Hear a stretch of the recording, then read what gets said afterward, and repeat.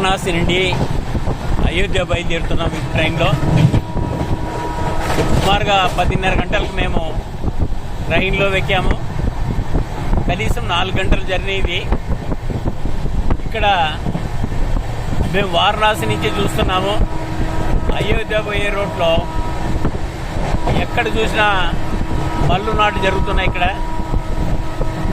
ఇక్కడ చూస్తుంటే నీళ్లు సంతృప్తిగా ఈ ప్రాంతాలకంతా అందుతున్నట్లుంది. మరి ఇక్కడ ప్రజలు వరి నాట్లలో మునిగి తేలుతున్నారు. ఈ వరి నాట్లు వేయడం వల్ల కనీసం 3 నెలల్లో మనకు వరి పంట వస్తుంది. దీని రైతులు కష్టపడి ఈ ఆహారాన్ని భారతదేశానికి అందిస్తున్నారు.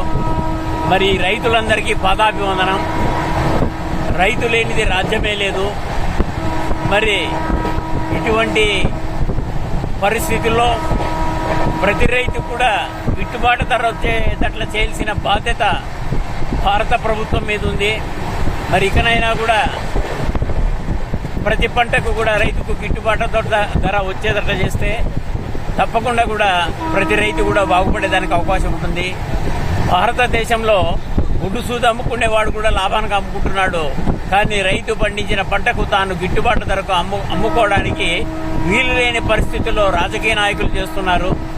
మరి ఈ పరిస్థితి ఇలాగే కొనసాగితే కొంతకాలానికి రైతులు బ్రతకడమే కష్టమవుతుంది. ఇకనైనా కూడా కేంద్ర రాష్ట్ర ప్రభుత్వాలు ఆలోచన చేసి కనీసం దేశానికి స్వతంత్రం వచ్చి 77 సంవత్సరాలైంది. ఇక ఇంతవరకు కూడా కనీసం ఒక 50 ఏళ్లలో చూస్తే రైతులకు సరైన గిట్టుబాటు ధరలు లేవు. ఇకనైనా కూడా గవర్నమెంట్ ఆలోచన చేసి ప్రతి పంటకు గిట్టుబాటు ధర వచ్చేటట్లు చేస్తే ఈ భారతదేశాన్ని బతికించేది రైతులే. మరి కేంద్ర రాష్ట్ర ప్రభుత్వాలు ఇకనైనా కూడా ఆలోచన చేసి ఖచ్చితంగా కూడా ప్రతి పంటకు కూడా గిట్టుబాటు ధర ఇవ్వాలని చెప్పేసి భారత్ ప్రజా రైతు సంక్షేమ సంఘం నుండి మేము కమిటీ సభ్యులు మరి అధ్యక్షుడు కలిసి కోరుతున్నాము. మరొకసారి విన్నవిస్తున్నాము.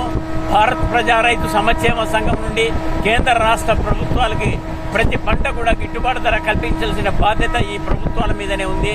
దేశాన్ని రక్షించేది, దేశానికి అన్నం పెట్టేది రైతే కాబట్టి రైతుని బతికించవలసిన బాధ్యత కేంద్ర ప్రభుత్వం, రాష్ట్ర ప్రభుత్వాల మీదనే ఉంది.